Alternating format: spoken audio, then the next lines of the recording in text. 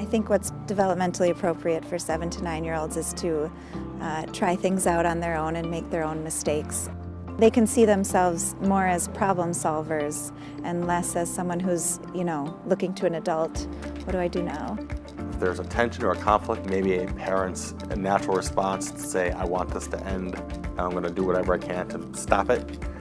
But there's a learning experience there that we as adults need to remember and have them learn about why this conflict happened and then how it was resolved. Then there's a greater chance of it not happening again. They're growing their independence. They're noticing that their actions might have consequences.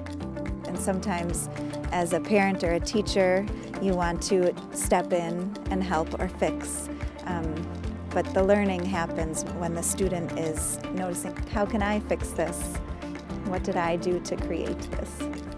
What I think is really important about that age is this idea of choice.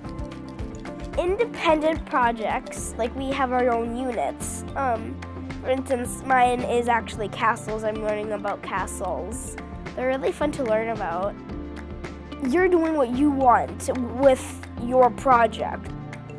Developmentally, getting kids engaged by tapping into what they're interested in and what they would like to learn about and building their skills off of that gives them, the proper tools for whatever is going to be coming down the road.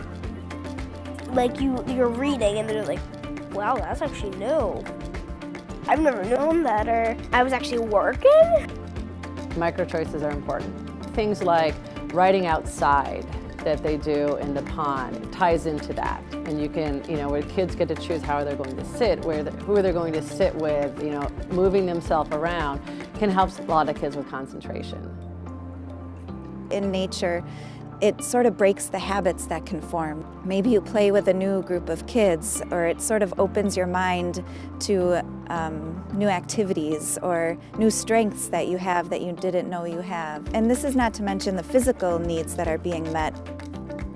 We're looking for tracks, and we wrote a story about them, what we saw, what the animal did, what if it's hurt, if it had one paw, if it was healthy, if it was laying down or sleeping or in a cave or something.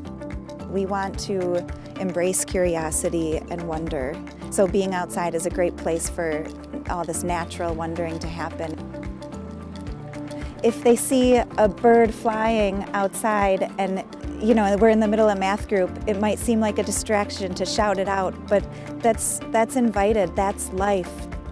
School is constantly preparing you for the future. What about the life that you're living, while you're at school, from 5 years old up through 18 and beyond?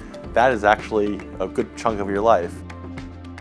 And then part of the learning is how to notice that and talk about it and then go back to math and what you were doing beforehand.